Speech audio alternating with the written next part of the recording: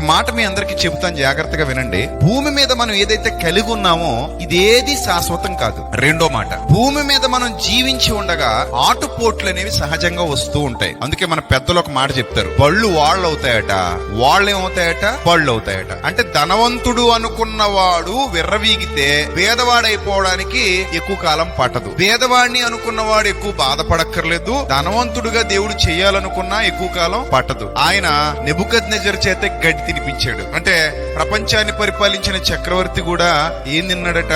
గడ్డి తిన్నాడట. అంటే మనం ఉన్నదాన్ని బట్టి అతిశయపడడానికి వీలు లేదు, ఉన్నదాన్ని బట్టి విర్రవీగిపోవడానికి వీలు లేదు. ఎందుకంటే ఏ క్షణాన్ని ఏం సంభవించబోతోందో, ఏ క్షణాన పరిస్థితి ఎలా మారబోతోందో, ఏ క్షణాన దేవుడు ఎవరిని ఎక్కడ పెట్టబోతున్నాడో మనకు తెలియదు. గొర్రెలు కాసుకున్న వాడిని తీసుకెళ్లి రాజుని చేశాడు, అమ్మబడిన వాడిని తీసుకెళ్లి ప్రధానిని చేశాడు, గొప్పవాడు అనుకున్న వాడిని తీసుకొచ్చి నేలన కూర్చోబెట్టాడు. సో కాబట్టి ఆయన ఏదైనా